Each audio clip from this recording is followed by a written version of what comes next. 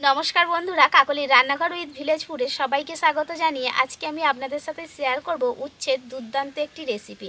এই উচ্ছে নামটা শুনলেই আমরা বাচ্চা থেকে বড় প্রত্যেকেই কিন্তু বিরক্তি বোধ করি, কারণ উচ্ছে মানেই তেতো লাগবে। তার সত্ত্বেও আমরা প্রত্যেকেই জানি যে উচ্ছে নামক সবজিটা অনেক বেশি উপকারী।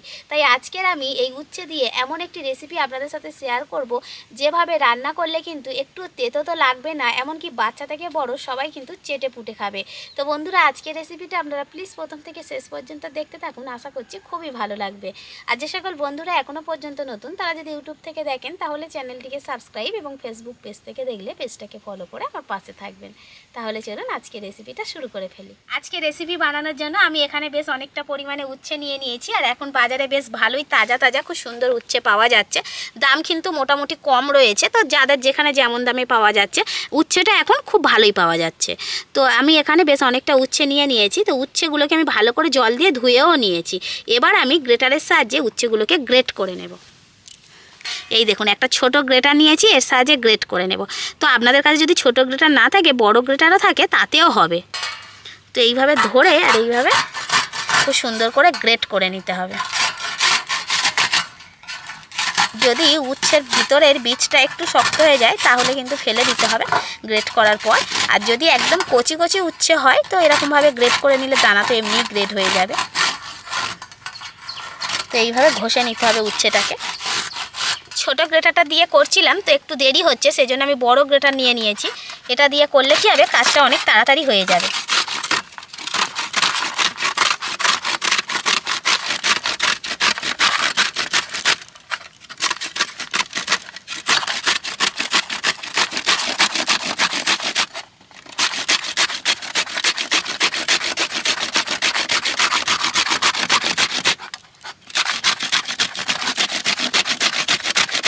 সবগুলো উচ্ছে আমি গ্রেট করে নিয়েছি। তো এবার আমি এই গ্রেট করা উচ্ছেগুলোকে এইভাবে হাত দিয়ে চিপে জলটাকে বের করে দেব। কতটা জল বেরোচ্ছে দেখুন উচ্ছে থেকে। যতটা এরকম চিপে বের করে দেয়া যায় বের করে নিতে হবে। এবার আমি উনান জেলে নিয়েছি, তো কড়াইতে প্রথমেই দিয়ে দেব সরষের তেল।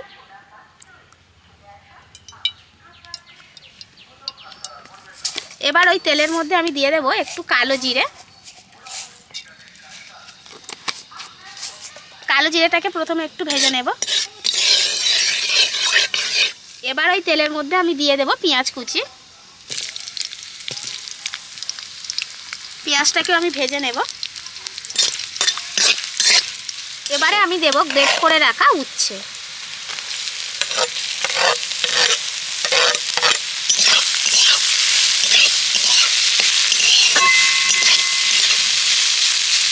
এবার আমি দেব এর মধ্যে লবণ, দেব অল্প করে হলুদ গুঁড়ো, জিরে গুঁড়ো, খুব অল্প অল্প করেই দিচ্ছি আমি। তো আপনারা যেমন পরিমাণে উচ্ছে নেবেন ঠিক তেমন পরিমাণে মশলাগুলো নেবেন। দিয়ে দিচ্ছি ধনে গুঁড়ো, আর দিয়ে দেব কাঁচা লঙ্কা কুচি। এবার আমি এইভাবে নেড়ে চেড়ে উচ্ছেটাকে রান্না করে নেব। উচ্ছেটা রান্না করার সময় ঠিক এই পর্যায়ে কোনো রকম জল দিতে লাগবে না, কারণ উচ্ছের মধ্যে যে অল্প অল্প জল লেগেছিল কিংবা এই যে পেঁয়াজ দেওয়ার কারণে এটা কিন্তু খুব ভালোভাবে রান্না করে নেওয়া যাবে, একটুও জল ব্যবহার করবেন না। এবার আমি এর মধ্যে দিয়ে দেব বেসন। তো আমি 4 চামচের মাপ করে 3 চামচ বেসন দেব, বেশি দেব না। আর দিয়ে দিচ্ছি ধনে পাতা কুচি। তো এবার আমি খুব সুন্দর করে বেসনটা উচ্ছের সাথে মিশিয়ে নেব, এইভাবে নেড়ে চেড়ে।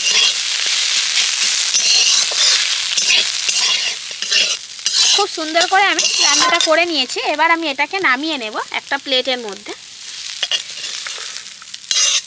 এটা কিন্তু ঠান্ডা হয়ে গেছে। তো এবার এখান থেকে আমি বড়ার শেপে সবগুলো করে নেব। তো বড়াটা কিন্তু আপনারা যে কোনো শেপে করে নিতে পারেন। তো এইভাবে হাত দিয়ে গোল করলে কিন্তু খুব সুন্দরভাবে গোলটা হয়ে যাবে। তারপর হাতের তালুর মধ্যে দিয়ে আমি একটু চ্যাপ্টা করে নিচ্ছি। ঠিক এই রকম শেপে আমি এই বড়াগুলোকে তৈরি করে নেব। একটা হয়ে গেল।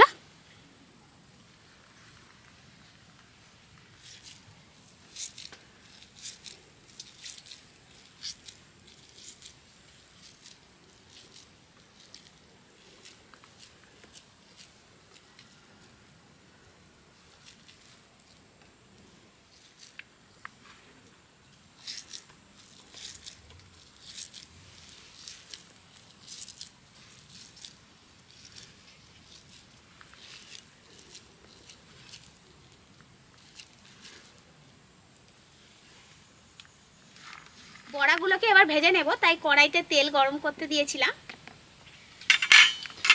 তো এবার একে একে বড়াগুলোকে আমি তেলের মধ্যে দিয়ে দেব। আজকে আমি তো গ্রেভি বানাবো, তো আপনারা চাইলে কিন্তু শুধুমাত্র এই বড়াগুলোকে এইরকম ভাজার পর ভাত দিয়ে খেতে পারবেন।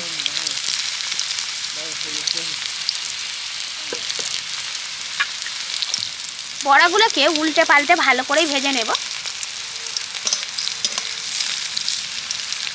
বড়াগুলো যদি শুধুও খাওয়া যায় তাতেও কিন্তু খেতে ভালো লাগে, খারাপ লাগে না। বড়াগুলোকে ভেজে তুলে নিয়েছি, এবার কড়াইতে দিয়ে দেবো আরও একটু তেল। এবার ওই তেলের মধ্যে আমি দিয়ে দেবো গোটা গরম মশলা, আর তার সাথে দিয়ে দিচ্ছি পেঁয়াজ কুচি।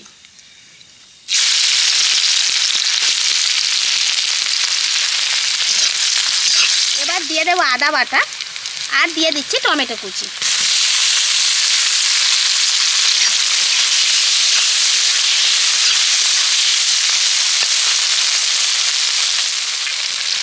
এবার দিয়ে দেবো লবণ,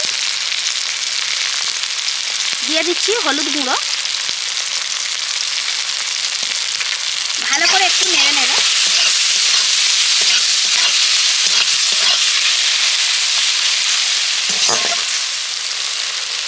পেঁয়াজ আর টমেটোটা গলে গেছে, তো এবার আমি দিয়ে দিচ্ছি কাঁচা লঙ্কা, দিয়ে দেব জিরে গুঁড়ো, আর দেব ধনে গুঁড়ো, আর অল্প একটু জল দিয়ে দেব। এবার মশলাটাকে ভালো করে কষিয়ে নেব।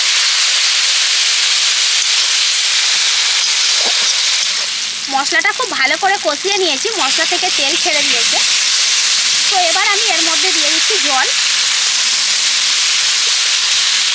খুব বেশি জল দেব না, তবে বড়াগুলো ডুববে এরকমভাবে কিন্তু জলটা দিয়ে দিতে হবে। এবার আমি এর মধ্যে গরম মশলার গুঁড়োটা দিয়ে দেবো এখন থেকে। তো ঝোলটা ফোটা পর্যন্ত আমি অপেক্ষা করব।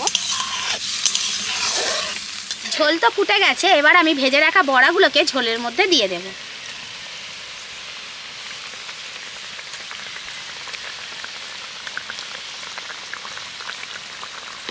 এবার একটু নেড়ে দেব, দিয়ে ঝোলের মধ্যে বড়াগুলোকে একটু ফুটিয়ে নেব।